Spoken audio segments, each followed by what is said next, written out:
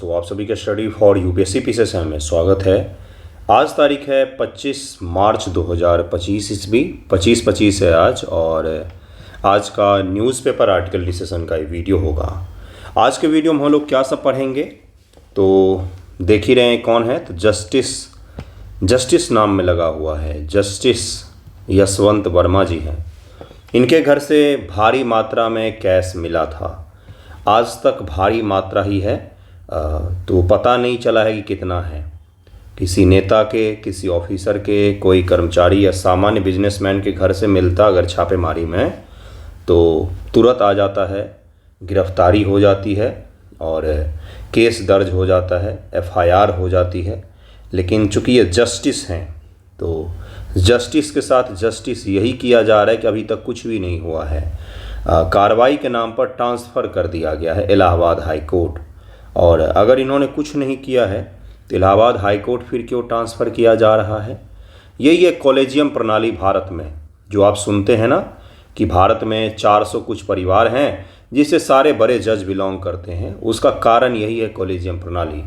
जैसे ही जज साहब के स्टोर रूम से भारी मात्रा में 10 किलो, 15 किलो या 50 किलो या 1 क्विंटल रकम नहीं पता चल रहा है, राशि मिली, वैसे ही सुप्रीम कोर्ट ने कॉलेजियम की बैठक बुलाई और बोला कि इनको इलाहाबाद में हम लोग भेज देते हैं। तो क्यों इलाहाबाद हाई कोर्ट का वैल्यू कम है क्या कि इस तरह के जजों को भेजा जा रहा है। तो इस चीज़ को हम लोग देखेंगे, क्रिटिकली एनालाइज करेंगे किस चीज़ को, तो कॉलेजियम प्रणाली को समझेंगे। कल मैंने सवाल भी दिया था इसी पर आधारित, उस सवाल को भी दिखा देता हूँ। आज मॉडल आंसर भी सुबह सुबह मैंने दे दिया है, तो ज़रा उस सवाल को भी देख लीजिए। फिर सवाल को देखेंगे तो आपको समझ में आएगा किस दिशा में पढ़ना है और क्या मेंस एग्जामिनेशन में पूछा जा सकता है। प्रीलियम एग्जाम में ऑलरेडी पूछा गया है, ये 69th बीपीएससी में शानदार सवाल पूछा गया कॉलेजियम सिस्टम से। यूपीएससी में भी पूछा जा चुका है। तो मैं आपको मेंस का सवाल दिखा देता हूँ, उसके बाद हम लोग आगे बढ़ेंगे और अलग अलग टॉपिक को भी पढ़ेंगे। देखिए क्या है सब। कल ये सवाल मैंने पोस्ट भी कर दिया था यूट्यूब पर कि भारत में न्यायपालिका मौजूद कॉलेजियम प्रणाली क्या है, इसकी भूमिका का आलोचनात्मक वर्णन कीजिए। पहला सवाल का हिस्सा जो है वो तो बहुत ही आसान है। दूसरा जो है हिस्सा है, इसमें लिखा हुआ है आलोचनात्मक वर्णन, यानी कि इसकी कमियों खामियों को आपको लिखना है। उसके बाद से आपको क्या करना है, इसके पॉजिटिव जो है इसका सकारात्मक पक्ष उसको लिखना है और अंत में कुछ सुझाव के साथ में आप एंड कर सकते हैं। जो मैंने मॉडल आंसर दिया है उसको अगर आप पढ़ेंगे तो आपको स्पष्ट हो जाएगा। सारे ग्रुपों में भेज दिया, पीडीएफ वाले ग्रुप में भी भेज दिया, आप उसको ज़रूर पढ़ लीजिएगा। देखिए शुरू करते हैं, कॉलेजियम प्रणाली को ज़रा समझते हैं कि क्या है ये प्रणाली, किस प्रकार से काम करती है, और एक एक करके न्यूज़ में देखते चलेंगे कि नेवी का एक्सरसाइज भी पढ़ेंगे। बिहार स्पेशल का भी एक न्यूज़ है। क्या है न्यूज़, तो दरअसल में बात यह है कि विक्रमशिला विश्वविद्यालय, प्रधानमंत्री मोदी जी कहाँ पर गए थे, तो भागलपुर गए थे। तो जिस प्रकार से नालंदा यूनिवर्सिटी का फिर से रिनोवेशन किया गया है, पुनर्जीवित करने का प्रयास किया गया है, उसी प्रकार से विक्रमशिला जो विश्वविद्यालय है जो कहाँ पर है वर्तमान में, भागलपुर में है। और इसको किसके द्वारा बनाया गया था, तो पाल वंश के शासक धर्मपाल के द्वारा बनाया गया था। उस विश्वविद्यालय को भी फिर से पुनर्जीवित करने का प्रयास किया जाएगा। कम से कम एएसआई उस पर ध्यान दे रही है और उसको एक बहुत ही शानदार म्यूजियम में बदलने की कोशिश की जा रही है। तो उसको भी हम लोग देखेंगे, डिटेल में समझेंगे उसको। देखिए क्या उस पर आधारित सवाल पूछा गया है, बिल्कुल पूछ लिया है। बीपीएससी ने 69 बीपीएससी में सारा अपना कसर निकाल लिया है, उस पर आधारित भी सवाल पूछ लिया, वो भी स्टेटमेंट बेस्ड सवाल पूछा है। तो विक्रमशिला विश्वविद्यालय को भी हम लोग देखेंगे। एक और न्यूज़ है जिसको गूगल टैक्स कहा जाता है, उस न्यूज़ को भी देखेंगे। इंडियन एक्सप्रेस ने क्या न्यूज़ बनाया है तो ज़रा मैं दिखा ही देता हूँ। देखिए क्या न्यूज़ बनाया, government propose to abolish 6% Google tax. US tariff के प्रेशर में भारत की सरकार जो है वो 6% गूगल टैक्स को ख़त्म करने की योजना बना रही है। तो ज़रा समझेंगे गूगल टैक्स क्या होता है, किस प्रकार से काम करता है। शुरू करते एक एक करके चलते हैं, पढ़ते हैं। देखिए क्या है, फैसला आने की आज उम्मीद है। 70 बीपीएससी को लेकर जो फैसला है पटना हाई कोर्ट का, वो आज आ जाएगा, ऐसी संभावना जताई जा रही है। लेकिन उससे पहले ज़रा सुप्रीम कोर्ट और हाई कोर्ट को हम लोग देखते हैं। देखिए एक चीज़ तो तय है कि सुप्रीम कोर्ट और हाई कोर्ट में जो नियुक्ति प्रणाली है वो बिल्कुल ही ट्रांसपेरेंट नहीं है। जजों को हम आंख मूंद करके ब्लाइंड ट्रस्ट कर लेते हैं, जबकि कई बार वो इस तरह के होते नहीं हैं। इनके घर से इतना सारा पैसा मिला स्टोर रूम से, ये बोलते हैं कभी हम गए ही नहीं स्टोर रूम। जज साहब का बंगलो होता है, बंगलो चारों तरफ से घिरा होता है, बिल्कुल शानदार सा, उस बंगलों के किसी ने गेट से अंदर जाके इनके स्टोर रूम में पैसा इकट्ठा कर रहा था, और जज साहब इतने मासूम हैं कि इनको पता ही नहीं था। तो जरा देखते हैं ये क्या है न्यूज, उसके बाद हम लोग इसको डिटेल पढ़ेंगे। Allahabad high court bar association ने बोला है कि हम कोई डंपिंग ग्राउंड हैं क्या, कि सारा आप उठाकर हमारे यहाँ डाल दो, हम इनका स्वागत नहीं करेंगे, और हम क्या करेंगे तो हम धरना प्रदर्शन करेंगे, हम इनका हड़ताल का आयोजन करेंगे जस्टिस वर्मा का हस्तांतरण के खिलाफ कि आप इनको यहाँ पर मत भेजिए। अगर सरकार उनका हस्तांतरण रद्द भी कर दे तब भी जस्टिस वर्मा को इलाहाबाद हाई कोर्ट में नंबर 9 जज के रूप में बैठने की अनुमति नहीं दी जाएगी। सुप्रीम कोर्ट कोलेजियम की सिफारिश। सुप्रीम कोर्ट कोलेजियम ने 20 और 21 मार्च को हुई बैठक में जस्टिस जसवंत वर्मा को दिल्ली हाई कोर्ट से इलाहाबाद हाई कोर्ट में स्थानांतरित करने की सिफारिश की थी। किस आधार पर की थी आपने सिफारिश? जैसे ही जज साहब का घर से पैसा मिला तुरंत बोला गया कि भाई साहब, भाई लोग बैठ जाओ, अपने भाई के ऊपर में संकट आया है, तो क्या करना है, तो इसको दूर भेज दो। कहाँ भेज दो? तो दिल्ली से उठा के इलाहाबाद भेज दो। क्यों भेज दो? क्योंकि घर में पैसा मिला है। कितना मिला है? तो भारी रकम मिला है। कोई आपको लॉजिक दिख रहा है क्या इसमें?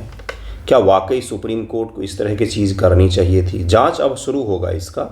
ये भी तय है कि भाई जांच से पहले ही आप ये निष्कर्ष पर नहीं पहुंच सकते हैं, लेकिन मैं यहाँ पर इस चीज़ की बात कर रहा हूँ, या न्यूज़पेपर में इस चीज़ की बात होनी चाहिए कि एक ही देश में दो प्रकार के सिस्टम क्यों हैं। अगर इतना ही कैश अगर किसी नेता के घर से मिलता है, किसी बिजनेसमैन के घर से मिलता है, किसी अधिकारी के घर से मिलता है, तो उसके साथ फिर दूसरा बर्ताव होता है, इनके साथ फिर दूसरा बर्ताव होता है। क्या ये सुप्रीम कोर्ट या न्यायिक प्रणाली की स्वतंत्रता के नाम पर किया जा रहा है? क्या कोलेजियम प्रणाली को हमें एक बार फिर से रिव्यू करना चाहिए कि नहीं, कि क्या ये प्रणाली सही है या गलत? जस्टिस वर्मा का रिकॉर्ड क्या रहा है? जस्टिस वर्मा को इलाहाबाद हाई कोर्ट में वरिष्ठता का आधार पर नियुक्त किया गया है, लेकिन बार एसोसिएशन का मानना है कि वह कोर्ट बैठने के योग्य नहीं है। दिल्ली हाई कोर्ट में जस्टिस वर्मा की भूमिका। Justice Verma Delhi high court के मुख्य न्यायाधीश संजीव खन्ना के निर्देश पर 22 मार्च को एक मामले में सुनवाई की थी। नकदी घटना। उनके घर 14 मार्च की रात को आग लगने की घटना के बाद उनके घर से जली हुई मात्रा में नकदी बरामद की गई। नकदी रखा हुआ था, उसमें आग लग गई। पुलिस जांच में सहयोग वगैरह की बात की है उन्होंने। अब कोलेजियम सिस्टम को जरा हम लोग समझते हैं। न्यूज़ आपसे नहीं पूछा जाएगा, आपसे पूछा जाए कोलेजियम सिस्टम, आपसे पूछा जाए कि भारतीय न्यायपालिका में विद्यमान चुनौतियाँ। उसमें एक पॉइंट जो लिखते हैं भ्रष्टाचार, तो वहाँ पर उदाहरण आप दे सकते हैं किसका? तो जस्टिस वर्मा जी का दे सकते हैं। हालांकि फैसला आना भी बाकी है, देखिए क्या होता है। कोलेजियम सिस्टम भारत में उच्च न्यायालय में सर्वोच्च न्यायालय के जजों की नियुक्ति और हस्तांतरण के लिए अपनाई जाने वाली एक व्यवस्था है। क्या है ये? तो नियुक्ति और हस्तांतरण, ट्रांसफ़र और नियुक्ति के लिए अपनाए जाने वाली एक सिस्टम बनाया गया है। ये जो सिस्टम है इसका संविधान में भी कहीं पर भी वर्णन नहीं है। सुप्रीम कोर्ट, हाई कोर्ट जो है, ये नियुक्ति के लिए संविधान में वर्णित किसी भी प्रकार का कोलेजियम सिस्टम का जिक्र ही नहीं किया गया है। इसका हाई कोर्ट और सुप्रीम कोर्ट के अलग अलग बहुत सारे फैसलों को मिलाकर के एक सिस्टम बन गया। भारत सरकार ने एनजेएसी बनाने की कोशिश की थी, नेशनल जुडिशरी अपॉइंटमेंट कमीशन करके बनाने की कोशिश की थी, लेकिन सुप्रीम कोर्ट ऑफ इंडिया ने उसको खारिज कर दिया कि आर्टिकल 50 का उल्लंघन करता है। आर्टिकल 50 किसका भाग है? डीपीएसपी का भाग है। ये क्या है? इसमें है कि हमेशा जुडिशरी जो होगा ये कार्यपालिका और विधायिका से स्वतंत्र रहेगा। कार्यपालिका और विधायिका स्वतंत्र रहेगा, तो इसका उल्लंघन मान करके एनजेएसी का क्या कर दिया गया? तो असंवैधानिक घोषित कर दिया गया। सुप्रीम कोर्ट जो है वो एनजेएसी को इसलिए असंवैधानिक घोषित किया क्योंकि उसने न्यायपालिका में कार्यपालिका और विधायिका का हस्तक्षेप का प्रमाण पाया था। और जो नए जजों की नियुक्ति प्रक्रिया है और न्यायपालिका कार्यपालिका से बिल्कुल अलग होना चाहिए, ये संविधान के मूल ढांचे का भी भाग है। संविधान के मूल ढांचे में भी है कि न्यायपालिका हमेशा ही स्वतंत्र रहेगी कार्यपालिका और विधायिका से। जरा आगे देखिए इसमें क्या लिखा हुआ है, इसमें जरा डिटेल में समझते हैं इसको। यह सिस्टम संविधान में स्पष्ट रूप से उल्लेखित नहीं है, बल्कि सर्वोच्च न्यायालय के विभिन्न फैसले जैसे सेकेंड जजेज केस, इसको ऐसे ही याद रखिएगा, इसको ऐसे ही याद रखिएगा, 1993 और थर्ड जजेज केस 1998 के माध्यम से विकसित हुआ है। इसके तहत जजों की नियुक्ति और हस्तांतरण का निर्णय सर्वोच्च न्यायालय, उच्च न्यायालय के वरिष्ठ जजों का एक समूह करता है। उस समूह में कुछ विशिष्ट जज शामिल होते हैं और वही फैसला लेते हैं कि इनको कहाँ भेजना है, इलाहाबाद भेजना है कि दिल्ली में रखना है। सर्वोच्च न्यायालय का कोलेजियम, इसमें भारत के, देखिए अब सर्वोच्च कोलेजियम सिस्टम प्रणाली को जरा समझते हैं। सर्वोच्च न्यायालय का कोलेजियम, इसमें भारत के मुख्य सीजेआई और 4 सबसे वरिष्ठ जज शामिल होते हैं। सीजेआई महोदय हो गए और 4 और उनके भाई लोग हो गए। अब ये सब मिलकर फैसला लेते हैं कि किसको कहाँ नियुक्त करना है और किसको कहाँ भेजना है, कहाँ रखना है। किस आधार पर फैसला लेते हैं, तो ये आज तक अपारदर्शी है, ट्रांसपेरेंट सिस्टम नहीं है। कई बार बोल दिया था वरिष्ठता के आधार पर, हालांकि ये भी देखा जाता है कि वरिष्ठता का कई बार पालन नहीं होता है। उच्च न्यायालय कॉलेजियम, इसमें उच्च न्यायालय के मुख्य न्यायाधीश और 2 सबसे वरिष्ठ जज शामिल होते हैं। हाई कोर्ट का अपना कॉलेजियम होता है और सुप्रीम कोर्ट का अपना कॉलेजियम होता है। यह कॉलेजियम जजों की नियुक्ति, पदोन्नति स्थानांतरण की सिफारिश करता है, जिसे केंद्र सरकार को भेजा जाता है। सरकार सिफारिशों को स्वीकार करने या आपत्ति दर्ज करने के लिए बाध्य होती है, लेकिन अंतिम निर्णय कॉलेजियम का ही होता है। अंतिम निर्णय कॉलेजियम का ही होता है। सरकार इसमें ये बता सकती है कि हमें इस नाम पर आपत्ति है। आईबी जांच करती है, इंटेलिजेंस ब्यूरो जो है वो जांच करती है हर नाम का कि ये जो नाम आ रहा है सुप्रीम कोर्ट के जज के लिए या हाई कोर्ट के जज के लिए, तो आईबी एक इंटरनल रिपोर्ट सबमिट करती है। उसके आधार पर भी ये देखा जाता है कि इनकी जो इंटीग्रिटी है वो तो प्रभावित नहीं हुई है, उसके आधार पर भी फैसला लिया जाता है। कई बार भारत की सरकार क्या करती है, तो आपत्ति दर्ज कर सकती है, नाम को वापस कर सकती है, लेकिन अंतिम फैसला कॉलेजियम ही करेगा। आपने सुना भी होगा, बड़ी नियुक्तियाँ जो भी होती है ना, बड़े हाई पोस्ट पर जो भी नियुक्ति होती है, तो उस व्यक्ति की जांच की जाती है। कॉलेजियम सिस्टम की अच्छाइयाँ, यूपीएससी पीसीएस के लिए मुख्य बिंदु देखिए क्या है। न्यायिक स्वतंत्रता की रक्षा। अब आपसे पूछा जाएगा कॉलेजियम सिस्टम के पॉजिटिव इम्पैक्ट हमें बताइए, तो उसमें पहला पॉइंट क्या लिखेंगे, न्यायिक स्वतंत्रता की रक्षा के लिए ये सिस्टम अनिवार्य है। क्यों है अनिवार्य? अगर जजों की नियुक्ति में भारत सरकार और न्यायपालिका में नियुक्ति में भारत की सरकार तात्पर्य यानी कि विधायिका या कार्यपालिका का हस्तक्षेप होने लग जाएगा, तो आर्टिकल 50 का उल्लंघन होगा।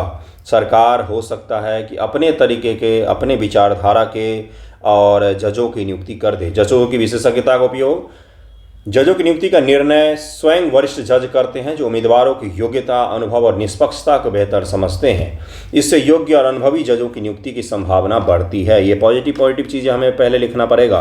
संवैधानिक संतुलन, यह सिस्टम कार्यपालिका विधायक पर अत्यधिक निर्भरता को रोकता है, जिससे शक्ति का संतुलन बना रहता है। शक्ति का संतुलन बना रहना बेहद जरूरी होता है। यह संविधान के मूल ढांचा, बेसिक स्ट्रक्चर डॉक्ट्रिन का हिस्सा माना जाता है। बेसिक स्ट्रक्चर कहाँ से जन्म हुआ है, पूछा गया है बीपीएससी में पिछली बार।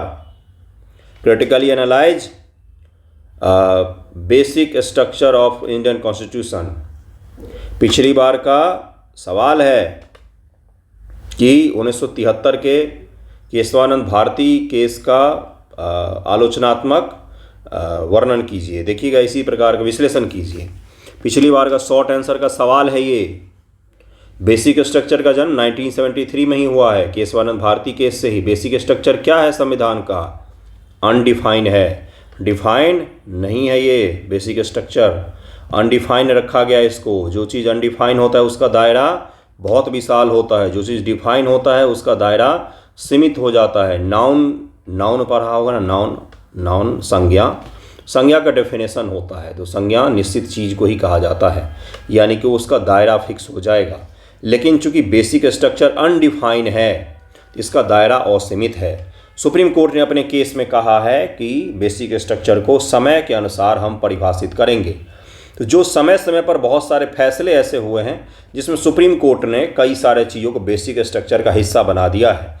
जैसे यही चीज़ कि भाई अलग अलग रहेंगे, न्यायपालिका की स्वतंत्रता संविधान के बेसिक स्ट्रक्चर का हिस्सा है, इसमें कभी भी संशोधन नहीं किया जा सकता है। जो संविधान का बेसिक स्ट्रक्चर में चीज़ें शामिल हैं उसमें कभी भी संशोधन नहीं हो सकता है। जैसे निर्वाचन आयोग की स्वतंत्रता, उसमें भी संशोधन नहीं हो सकता है क्योंकि संविधान के बेसिक स्ट्रक्चर का भाग है। उसके अलावा संविधान के हर हिस्से में संशोधन किया जा सकता है। निष्पक्षता की गारंटी की बात करते हैं ये लोग, स्वतंत्र स्थिरता और निरंतरता की बात करते हैं कि न्यायपालिका में निरंतरता बनी रहेगी इससे। अब जरा इसके कमियों को हम लोग देखेंगे। आलोचनात्मक वर्णन कहा गया है, तो कमियों में हम लोग पॉइंट्स ज़्यादा लिखेंगे। आलोचनात्मक जहाँ पर कहा जाता है वहाँ पर 70-30 का रेशियो होता है। 70% आलोचनात्मक पक्ष होता है, 30% पॉजिटिव पक्ष होता है। जहाँ पर केवल विश्लेषण कहा जाएगा वहाँ पर 50-50 भी लिख सकते हैं। जहाँ पर आपको रिव्यू कहा जाएगा, रिव्यू कीजिए, रिव्यू, ये सब शब्द होते हैं कि रिव्यू कीजिए, क्रिटिकली एनालाइज कीजिए, एनालाइज कीजिए, ये अलग अलग टर्मिनोलॉजी होता है गुरु, मैंने एक बार समझाया भी था। रिव्यू कीजिए मतलब पॉजिटिव निगेटिव 50-50% लिख सकते हैं। क्रिटिकली एनालाइज में आपको जो उसका विपक्ष का पॉइंट है उसमें थोड़ा सा अधिक लिखना पड़ता है। जिनका अगले महीने मेंस है, कृपया विशेष ध्यान रखें इन चीज़ों का। पारदर्शिता की कमी, सबसे पहला पॉइंट क्या आ गया? पारदर्शिता की कमी का बहुत बड़ा आरोप लगता है। जैसे अभी ही है, किस आधार पर फैसला लिया गया स्थानांतरण का? क्या जजों ने मान लिया कि ये अभी दोषी नहीं है, इनका हम ट्रांसफ़र कर देते हैं? और अगर उन्होंने माना कि ये दोषी नहीं है तो फिर उन्होंने ट्रांसफ़र क्यों किया? तो उनको दिल्ली में ही रहने देते। अगर उन्होंने माना है कि दोषी हैं तो केवल ट्रांसफ़र ही क्यों किया गया? उनको अभी सस्पेंड क्यों नहीं किया गया? है ना सवाल। तो ये पहला हो गया पारदर्शिता की कमी। भाई भतीजावाज का पक्ष, मैंने आपको पहले ही कहा है, नेपोटिज्म तो जानते होंगे। नेपोटिज्म का आरोप लगता है। कुछ जजों के रिश्तेदार को बार बार नियुक्ति मिलने की शिकायतें सामने आई है कि एक ही 300-400 परिवार हैं जिससे देश के सारे बड़े जज बिलोंग करते हैं। लोकतांत्रिक जवाबदेही का अभाव है। कॉलेजियम सिस्टम में कार्यपालिका विधायिका की भूमिका सीमित है और हो सकता है कि सुप्रीम कोर्ट के, चलिए आगे आएगा ही पॉइंट, मैं बताऊंगा तब, जिससे यह प्रक्रिया लोकतांत्रिक जवाबदेही से दूर हो जाती है। संविधान के तहत शक्ति संतुलन को प्रभावित करती है। नियुक्ति में देरी का भी आरोप लगा है। उदाहरण देखिए, सभी पॉइंट के नीचे उदाहरण लिखा हुआ है। 2023 तक कई न्यायालयों में 30 से 40% जजों के पद खाली थे। क्यों? कोई जवाब दे। सीमित प्रतिनिधित्व, तो कॉलेजियम सिस्टम में सामाजिक विविधता नहीं है। हो सकता है कि चारों जो जज साहब हैं वो जनरल से बिलोंग करते हों, या हो सकता है चारों के चारों ओबीसी हों। वैसे ये देखा गया है कि हमारी न्यायपालिका में सामाजिक विविधता नहीं है। जैसे कॉलेजियम सिस्टम में अगर कोई वरिष्ठ महिला न्यायाधीश नहीं है तो क्या महिलाओं का प्रतिनिधित्व नहीं होगा कॉलेजियम सिस्टम में? SC ST का नहीं होगा क्या प्रतिनिधित्व? ओबीसी का नहीं होगा क्या? अल्पसंख्यकों का नहीं होगा क्या? अगर वो नहीं है तो कॉलेजियम सिस्टम ही है तो सिस्टम को थोड़ा बड़ा कीजिए। 4 की जगह पर 10 न्यायाधीशों को शामिल कीजिए। उसमें रूल बनाइए कि 50% जो होंगे वो SC ST OBC और महिला समाज से बिलोंग करेंगे, 50% जनरल होंगे। ये सिस्टम तो सभी जगह पर है। आप बात करते हैं कि चुनाव आयोग में नियुक्ति में प्रक्रिया में ट्रांसपेरेंसी होनी चाहिए, लेकिन वही सुप्रीम कोर्ट कॉलेजियम प्रक्रिया में ट्रांसपेरेंसी की बात नहीं करता है। तो ये एक बहुत बड़ा इशू है। इसको ज़रूर उल्लेखित कीजिएगा आंसर में कि सामाजिक विविधता का अभाव है। संविधान में स्पष्ट प्रावधान का अभाव है। संविधान में कहीं पर भी कॉलेजियम शब्द का चर्चा नहीं किया गया है। NJSC का असफल प्रयास, 99 संशोधन, कौन सा गुरु?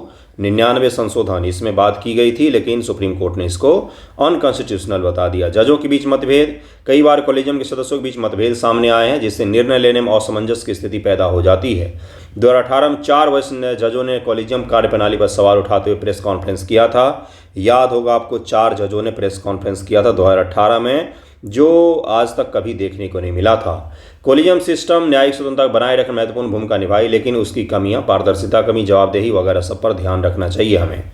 बाकी तो आपको मैंने बता ही दिया है। नेक्स्ट न्यूज़ देखिए क्या है।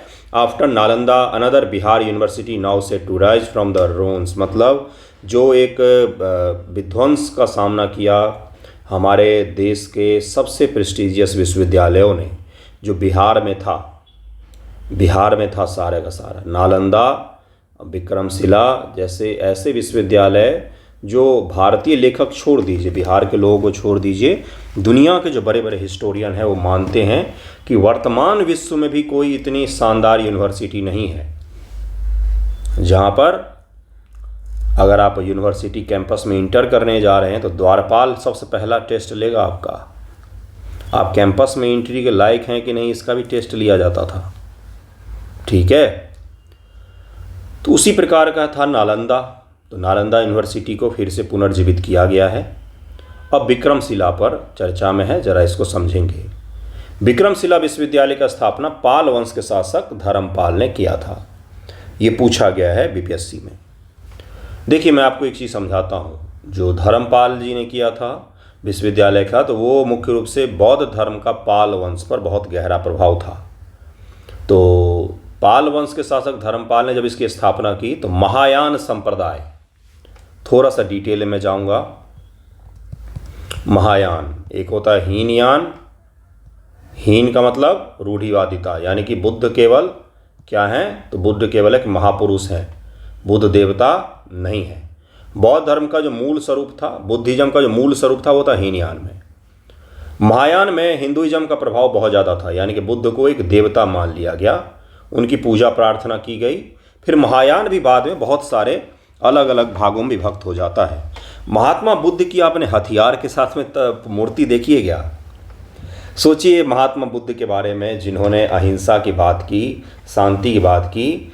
ये महायान संप्रदाय इतने भागों में विभक्त हुआ, इतने सारे भागों में विभक्त हुआ कि बुद्ध की हथियार के साथ भी मूर्तियाँ बनी हैं। आप सर्च कीजिएगा तो महायान संप्रदाय में ही एक संप्रदाय होता है वज्रयान, जो तंत्र मंत्र का यान होता है। वज्रयान क्या कहा जाता है इसको?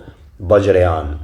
देश के पूर्वी भाग में आपको तंत्र मंत्र और तंत्रयान का प्रभाव ज़्यादा दिखेगा। देश के पूर्वी भाग में, जैसे असम, बंगाल, बिहार, इन सब इलाकों में आपको दिखेगा। हिंदुइज्म में भी, और उसी का प्रभाव बौद्ध धर्म पर भी पड़ा। तो वज्रयान उसी की एक शाखा है महायान की ही, जिसमें तंत्र मंत्र का प्रभाव ज़्यादा होता है। इसी का अध्ययन का मुख्य केंद्र था विक्रमशिला विश्वविद्यालय। इसका भी अध्ययन का 100 सब्जेक्ट में से एक इसका भी था, लेकिन ये डोमिनेंट था। तो जरा आप समझते हैं कि क्या है न्यूज।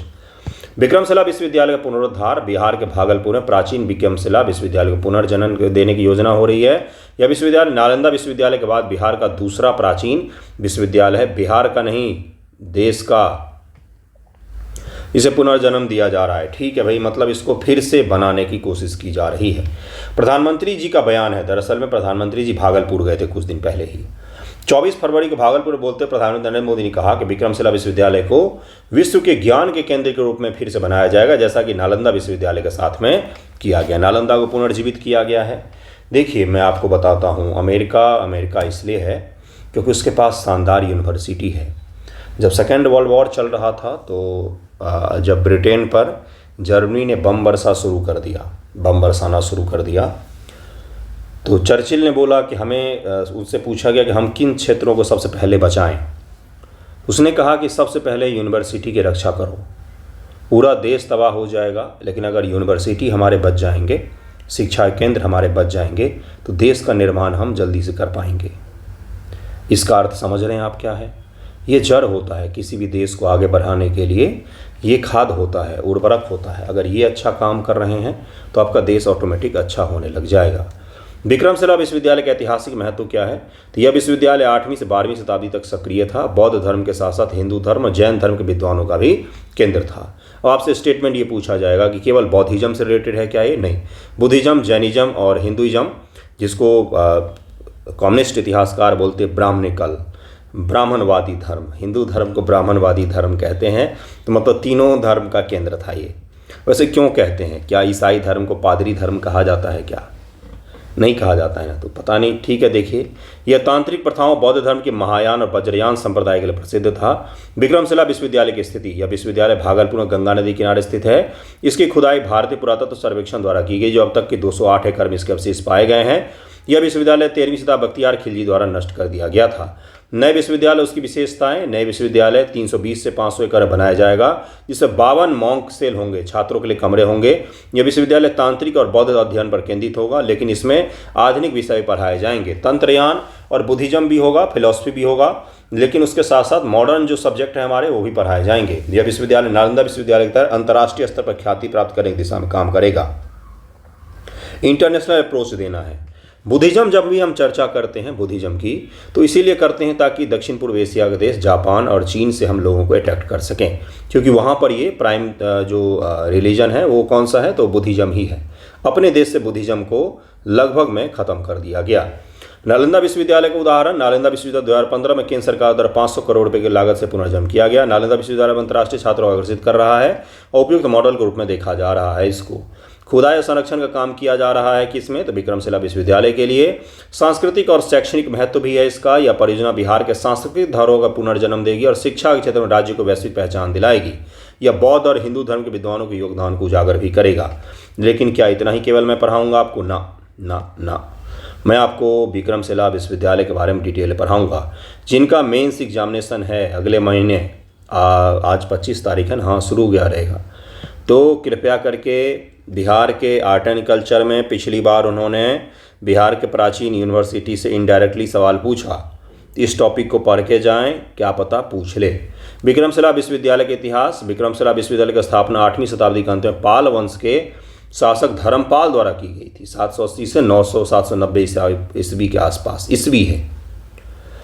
पाल वंश, पाल वंश के राजा गोपाल, क्या कहा जाता है, गोपाल, गोपाल नाम है ना।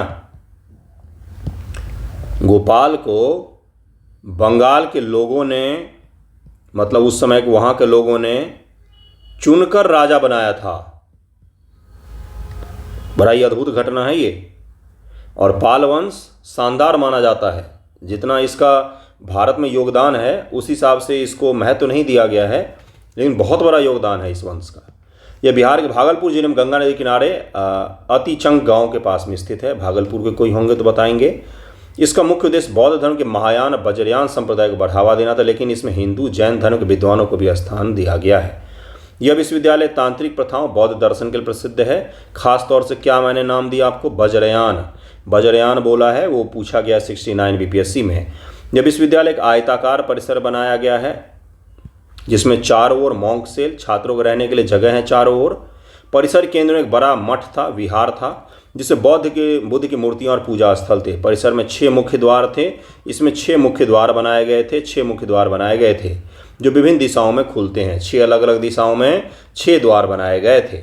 शिक्षा प्रणाली या बौद्ध दर्शन, बुद्धिज्म फिलॉसफी जो होता है, बहुत गहरा है बुद्धिज्म का फिलॉसफी। बुद्धिज्म के बारे में क्या जानते हैं, दर्शन होता है, हर धर्म का दर्शन होता है। जैसे हिंदुइज्म में कौन सा है, षट दर्शन, सांख्य योग आपने पढ़ा होगा, 6 दर्शन होते, वेदांत। तो उसी प्रकार से बुद्धिज्म एक दर्शन है, उसी प्रकार जैनिज्म एक दर्शन है, फिलॉसफी उसके पीछे। तंत्र, तर्कशास्त्र, व्याकरण, ज्योतिष जैसे विषय पढ़ाए जाते थे। 100 से अधिक शिक्षक, 1000 से अधिक छात्र अध्ययन करते थे यहाँ। एक मैं और फैक्ट बताऊंगा जो प्रीलिम में पूछा गया, नेट में ही पूछा गया। विश्वविद्यालय अंतर्राष्ट्रीय स्तर के छात्रों को आकर्षित करता था। विशेष रूप से तिब्बत, चीन और दक्षिण पूर्व एशिया के छात्रों को आकर्षित करता था। अतीश दीपांकर यहाँ के सबसे प्रसिद्ध विद्वान थे। इनका नाम नेट में भी पूछा गया है और पीसीएस एग्जाम में भी पूछा गया है, जो तिब्बत और बौद्ध धर्म का प्रचार किया था। अन्य विद्वानों में कौन कौन थे, तो बुद्ध, देखिए क्या लिखा हुआ है, बुद्ध ज्ञानपाद और दीपांकर सृजन भी शामिल थे, श्री ज्ञान भी शामिल थे। ये सब क्या है, तो वहाँ के महान क्या है, तो विद्वान है। पतन कब हुआ है, 13वीं शताब्दी की शुरुआत बख्तियार खिलजी के तुर्की आक्रमणकारियों ने इस विश्वविद्यालय को नष्ट कर दिया। क्यों कर दिया, क्योंकि वो इस तरह का बना नहीं सकते थे, इसलिए नष्ट कर दिया। उनको विजय प्राप्त करनी थी। तो जो हमारी पहचान थी विश्वविद्यालय, जो हमारा पहचान था मंदिर, उसको उन्होंने अटैक किया था। इस हमले में विश्वविद्यालय की लाइब्रेरी को जलाया गया जिसमें हजारों पांडुलिपियाँ थी। इस हमले के बाद विश्वविद्यालय पूरी से खंडर बदल दिया गया, इसका शैक्षणिक महत्व समाप्त कर दिया उन्होंने। 1960-69 के दौरान खुदाई में ये पता चला इस जगह के बारे में, और वहाँ से मूर्ति और कई सारी चीज़ें हमें प्राप्त हुई। अब इस पर फिर से काम किया जाएगा। शैक्षणिक महत्व क्या है, अगर इसको हम बना लेते हैं तो दुनिया में क्या हो जाएगा, फिर से एक भारत का और ख़ासतौर से बिहार का क्या होगा, तो दर्शन और फिलॉसफी और अच्छे यूनिवर्सिटी में पहचान मिल सकता है। लेकिन क्या हम उस तरह का कुछ बना सकते हैं अभी, देखिए अगर इच्छा शक्ति हो तो बना ही सकते हैं, बाकी आपको पता ही है कि किस तरह से काम होता है। नेक्स्ट टॉपिक देखिए क्या है, गवर्नमेंट जो है वो 6% गूगल टैक्स को ख़त्म कर सकती है, गूगल टैक्स को समाप्त कर सकती है अमेरिकी दबाव के बीच में। ये मैं नहीं कह रहा हूँ, इंडियन एक्सप्रेस ने ये बनाया है। तो भारत की सरकार आजकल बहुत दबाव में काम कर रही है और उसी दबाव में इस तरह के फैसले ले रही है, क्योंकि 2 अप्रैल से, अब तो कुछ ही दिन बाकी, 1 सप्ताह बाकी है, 2 अप्रैल से भारत के पर रेसिप्रोकल टैरिफ लग सकता है। तो उसी से बचने के लिए इस तरह का काम कर रही है। लेकिन देखिए क्या होता है, इक्वलाइजेशन लेवी कहा जाता है, गूगल टैक्स को इक्वलाइजेशन लेवी कहा जाता है। केंद्र सरकार ने वित्त विधेयक 2025 में संशोधन के माध्यम से 6% सामान्यीकरण लेवी, जिसे गूगल टैक्स भी कहते हैं, मैं बताऊंगा गूगल टैक्स क्या होता है। पहले न्यूज़ को समझ लीजिए कि न्यूज़ क्या है। समाप्त करने का प्रस्ताव दिया है। यह 1 अप्रैल 2025 को प्रभावी होंगे और गैर निवासी डिजिटल सेवा प्रदाताओं पर ऑनलाइन विज्ञापन से होने वाली आय पर लागू नहीं होगी, ऐसा इसमें कहा गया है। सामान्यीकरण लेवी को 2016 में पेश किया गया था, जिसमें गैर निवासी डिजिटल सेवा प्रदाता जैसे गूगल, मेटा, अमेजन, गैर निवासी डिजिटल सेवा प्रदाता, ऐसे डिजिटल सेवा प्रदाता जो भारत के निवासी नहीं हैं, जैसे गूगल, मेटा यानी कि फेसबुक और अमेजॉन, माइक्रोसॉफ्ट, ये सारे आ गए इसमें। ये सारे बाहर के हैं जो भारत में डिजिटल सर्विस दे रहे हैं और पैसा कमा रहे हैं, उन पर लगाया गया था। 2022 में इस लेवी को 2% तक कम कर दिया गया था। इसे डिजिटल सेवाओं पर लागू किया गया था। पिछले साल 2% लेवी को हटा दिया गया और अब 6% लेवी को भी हटाने का प्रस्ताव रखा गया है ताकि अमेरिका थोड़ा सा खुश हो जाए। अमेरिका का एक टीम भी भारत आ रहा है रेसिप्रोकल टैक्स से पहले बातचीत करने के लिए। अमेरिकी दबाव और टैरिफ का प्रभाव। अमेरिका ने भारत, इटली और कई सारे देशों पर इसको लगाया है। अमेरिका ने 2020 में डिजिटल सेवा करों की जांच शुरू कर दी थी और भारत पर टैरिफ लगाने की धमकी भी दी थी और अब वो लगा रहा है। वित्त विधेयक 2025 में संशोधन वित्त विधेयक 2025 के तहत पेश किया गया, जिसे लोकसभा में वित्त राज्य मंत्री पंकज चौधरी ने पेश किया था। संशोधन में अलग अलग धाराओं की भी बात की गई जो हमें याद नहीं रखना है। नया कर का ढांचा। सरकार ने टोटल अनडिस्क्लोज्ड इनकम शब्द को पेश किया है ताकि खोज और जब्ती के मामले में करदाताओं पर कठोर दंड लगाया जा सके। इसमें और भी कई सारे संशोधन की बात की गई है। विशेषज्ञों का क्या राय है। नांगिया एंडरसन LLP के पार्टनर विश्वास पांजियार ने कहा कि सामान्यीकरण लेवी को हटाना डिजिटल लेन देन के कर के दायरे में लाने का एक कदम है। यह कदम वैश्विक और सभी देशों की समानता लाने में मदद करेगा। अब जरा हम लोग समझेंगे इस न्यूज़ के अलावा कि होता क्या है, क्या तो गूगल टैक्स क्या होता है, जरा उसको समझेंगे हम लोग। गूगल टैक्स एक अनौपचारिक नाम है, यानी कि इसका रियल नाम जो है वो है इक्वलाइजेशन लेवी। हो सकता है आपसे पूछ ले कि गूगल टैक्स का, मैंने ही डाला MCQ, आज इस वाले PDF के नीचे जो MCQ जाएंगे उसमें आपको दिखेगा कि गूगल टैक्स का नाम क्या है। तो दरअसल नाम है उसका इक्वलाइजेशन लेवी। आपसे ये पूछा जा सकता है इक्वलाइजेशन लेवी को सामान्य अर्थों में क्या कह दिया जाता है। यह भारत 2016 में लागू किया गया एक टैक्स है जो मुख्य रूप से गैर निवासी digital company Google, Amazon, Facebook को लगाया जाता है। इन कंपनियों को भारत में अपनी डिजिटल सेवा, ऑनलाइन विज्ञापन, डिजिटल मार्केटिंग में होने वाली आय पर यह कर देना पड़ता है। इसे गूगल टैक्स इसलिए कहा था क्योंकि गूगल जैसी बड़ी डिजिटल कंपनियां इसके दायरे में आती हैं। गूगल जो अर्न करती है ऑनलाइन विज्ञापन, डिजिटल मार्केटिंग से होने वाली सेवाओं में, उस पर भारत सरकार कुछ टैक्स लगाती है। तो ये ज़रूरी भी है क्योंकि ये इतनी बड़ी बड़ी कंपनियां हैं। इन कंपनियों का जो टर्नओवर है वो भारत के GDP से ज़्यादा हो जाता है अगर जोड़ेंगे तो क्या इन पर टैक्स नहीं लगना चाहिए? बिल्कुल लगना चाहिए, भर के लगना चाहिए। हमारे देश से कमा रहे हैं तो हम नहीं लगाएंगे क्या? लेकिन अब हम दबाव में आ रहे हैं। किसके दबाव में? डोनाल्ड ट्रंप महोदय के दबाव में। उस चक्कर में हम ये सब काम कर रहे हैं। इसका नुकसान होगा हमें बहुत भारी। ठीक है, नव औपनिवेशीकरण पढ़ा है आपने? क्या होता है वो? अब कोई देश किसी देश पर जाके कब्जा नहीं करता है। इतनी बड़ी बड़ी कंपनियों के माध्यम से आपका डेटा वहाँ जा रहा है, पैसे जा रहे हैं, तो पैसा तो जा ही रहा है अमेरिका। अब उस पर टैक्स जो हम लगाते थे वो भी कम हो रहा है। देखिए इसका क्या इम्पैक्ट पड़ता है, देखते आने वाले समय में। डिजिटल अर्थव्यवस्था में तेजी से बढ़ते कारोबार को कर के दायरे में लाना, उन विदेशी डिजिटल कंपनियों पर कर लगाना जो भारत में भौतिक रूप से मौजूद नहीं है लेकिन भारतीय उपयोगकर्ताओं से आय अर्जित करते हैं। दरअसल में चीज़ों के डिजिटल हो जाने से ये हुआ कि अमेरिका में बैठी कोई कंपनी भारत में पैसा बना सकती है। तो कहाँ पर टैक्स देगी? भारत में टैक्स देगी, अमेरिका में टैक्स देगी, कि दोनों जगह देगी? भारत से पैसा बना रही है तो भारत को भी टैक्स लेने का हक है। अमेरिका में चूँकि वो कंपनी है तो अमेरिका को भी टैक्स देना पड़ेगा। तो ये चीज़ एक नया तरीके का क्या है तो समस्या है, उसी का समाधान के लिए इस तरह की चीज़ें की जाती है। 1 जून 2016 से लागू किया गया। भारत में टैक्स बेस को बढ़ाना, कर चोरी को रोकना इसका एक उद्देश्य था। शुरुआत में 6% सामान्यीकरण लेवी कर लगाई गई थी जो ऑनलाइन विज्ञापन और संबंधित डिजिटल सेवाओं पर होने वाली आय पर लागू थी। 2020 में इस लेवी को 2% तक कम कर दिया गया। इसे व्यापक डिजिटल सेवा जैसे ई-कॉमर्स पर लागू किया गया। किन पर लागू होता है? जो बाहर की कंपनियां हैं जैसे Google, Facebook, Amazon, Microsoft, Netflix, इन सब पर लागू होता है। देखिए उन कंपनियों पर लागू होता है जिनकी वार्षिक आय 1 लाख रुपये से अधिक है। वो सारी कंपनियां जो भारत की नहीं उन पर लागू होता है। क्या क्या कवर करता है ये? ऑनलाइन विज्ञापन जैसे गूगल एड्स जानते होंगे, फेसबुक एड्स, इन सब पर लागू होता है। डिजिटल मार्केटिंग सेवाएं 2020 के बाद इनमें ई-कॉमर्स लेन देन, डिजिटल सामग्री की बिक्री जैसे नेटफ्लिक्स सब्सक्रिप्शन, डेटा बिक्री जैसी सेवाओं को भी शामिल किया गया है। कौन जमा करता है? तो यह कर भारतीय कंपनियां या व्यक्ति जमा कर सकते हैं जो इन गैर निवासी डिजिटल कंपनियों को भुगतान करते हैं। उदाहरण के लिए अगर एक भारतीय कंपनी गूगल के विज्ञापन के लिए भुगतान करती है तो कंपनी 6% लेवी काटकर सरकार को जमा करती है। ठीक है। पृष्ठभूमि क्या है? डिजिटल अर्थव्यवस्था बढ़ाने के लिए कई कंपनियां भारत में भौतिक रूप से मौजूद न होने के कारण भी यहां से भारी आय अर्जित करती हैं। इसी के कारण ये टैक्स लगाया गया था। भारत ने यह दर को कम करने के लिए सामान्यीकरण लेवी को पेश किया था। यह कदम OECD Organisation for Economic Cooperation and Development BEPS Base Erosion and Profit Shifting ढांचे से प्रेरित है। OECD जैसे संगठन जो हैं वो भी इस चीज़ को प्रेरित करते हैं कि आपको इस प्रकार के टैक्स लगाने चाहिए, जिससे क्या होता है कि विकासशील देशों के शोषण में कमी आती है। हमारे यहाँ से सारा पैसा कमा रहे हैं, हमें टैक्स तक नहीं देंगे क्या? टैक्स देते हैं। ये किस पर टैक्स है? ये है कि आप जो ऑनलाइन सर्विस दे रहे हो उसमें से कुछ % हमें दो, है ना। गूगल टैक्स का महत्व क्या है? आर्थिक प्रभाव। या भारत के कर राजस्व को बढ़ाने में मदद करता था। निष्पक्षता, यह सुनिश्चित करता है कि विदेशी और स्थानीय कंपनियों के बीच में कर समानता हो। कई देश जैसे फ्रांस, इटली, UK ने भी डिजिटल सेवा टैक्स लागू किया है। भारत का गूगल टैक्स भी इसी दिशा में है। तो क्या ये सारे देश अमेरिका से डर के इन सारे टैक्स को हटा देंगे क्या? फिर तो अमेरिकी कंपनियां बेलगाम हो जाएंगी। विवाद क्या है? अमेरिका आपत्ति दर्ज करता रहता है। वैश्विक असहमति है इसके खिलाफ और हालिया बदलाव भी देखने को मिला है। भारत सरकार अब बोल रही है कि इसको समाप्त ही हम कर देंगे।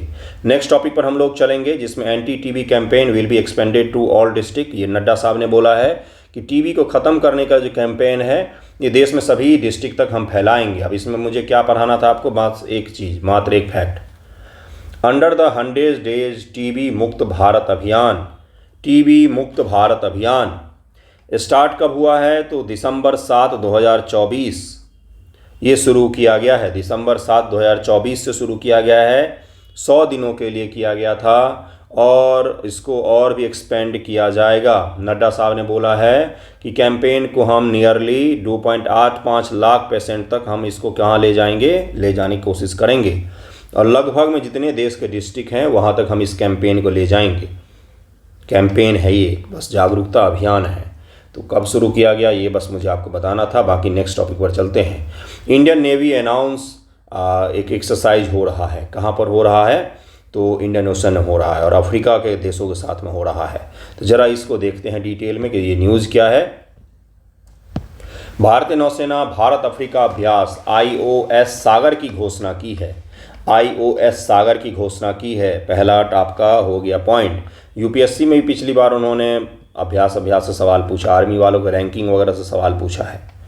भारत अफ्रीका नौसैनिक अभ्यास 10 देशों के साथ मिलकर बड़े पैमाने पर बहुपक्षीय अभ्यास Africa India maritime engagement ALKEYME ये अभ्यास का नाम रखा गया है। एक अन्य सहयोग पहल IOS सागर की घोषणा की गई है। Africa India maritime engagement AIKEYME ये इसका नाम रखा गया है। कृपया ध्यान में रखें, MCQ में मैंने डाल दिया है। यह कदम अफ्रीका में चीन की बढ़ती उपस्थिति, समुद्री डकैती, वैश्विक आतंकवाद के खतरे के जवाब में उठाया गया है कि ग्लोबल टेररिज्म, समुद्री डकैती और चीन की जो मौजूदगी बढ़ रही है अफ्रीका में उसके खिलाफ उठाया गया है। दरअसल अफ्रीका के देश इंडियन ओशन में जो पूर्वी भाग में बिलोंग करते हैं उनके साथ हमारा क्या हो तो संबंध मजबूत हो। IOS सागर एक पहल है जो हिंद महासागर क्षेत्र में IOR सहयोग को बढ़ाने के लिए किया गया है। इसके तहत भारतीय नौसेना का जहाज INS सुनैना 5 अप्रैल से 8 मई तक दक्षिण पश्चिम हिंद महासागर क्षेत्र में तैनात रहेगा। कौन कौन से देश? अब जरा आपके पास मैप होगा ही, सामने मैप रखा होगा आपने, उसमें जरा चिन्हित कीजिए। कोमोरोस ये अफ्रीका का मैप है, यहाँ पर देखिएगा कोमोरोस। केनिया यहाँ पर दिखेगा केनिया। मेडागास्कर यहाँ पर दिखेगा। मालदीव बिल्कुल ऊपर दिखेगा। मॉरिशस यहाँ पर दिखेगा। मोजाम्बिक केनिया के ठीक नीचे दिखेगा। सेशल्स भी द्वीपीय देश है। श्रीलंका भी द्वीपीय देश है। दक्षिण अफ्रीका बिल्कुल ये हो गया। यानी कि अफ्रीका के पूर्वी कोस्ट के और द्वीपीय देश इनको मिलाकर के अभ्यास आयोजित हम कर रहे हैं। मुझे आपको यही बताना था। बोला जाएगा कि इस अभ्यास में अफ्रीका के पूर्वी पश्चिमी के तट के सारे देश शामिल हुए, स्टेटमेंट देगा, गलत हो जाएगा।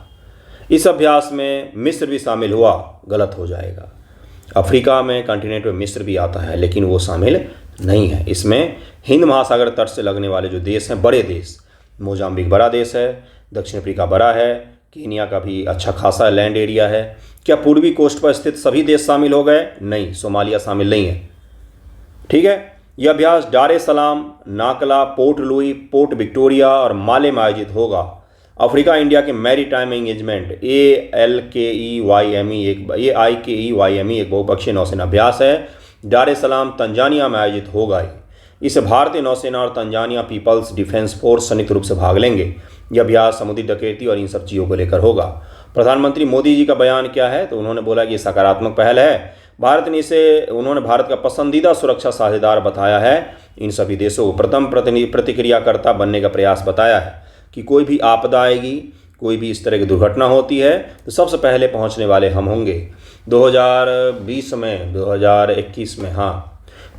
में मोजाम्बिक में बहुत बड़े स्तर पर प्राकृतिक आपदाएं आई थी साइक्लोन के कारण से, तो भारत ने सबसे पहला रिस्पांस वहां पर किया था। उद्देश्य क्या है, तो हिंद महासागर क्षेत्र में समुद्री सुरक्षा को बढ़ाना, डकैती, आतंकवाद, इन सभी को रोकना, आपदा प्रबंधन में भी मदद करना, इसका मुख्य रूप से उद्देश्य रखा गया है। और ये सवाल आपसे पूछा जा सकता है प्रीलिम एग्जाम में, मेंस एग्जामिनेशन में भी उदाहरण के तौर पर आप इसका उपयोग कर सकते हैं। बाकी आज का न्यूज़पेपर डिस्कशन यहीं पर ख़त्म करते हैं। राम जी की जय हो।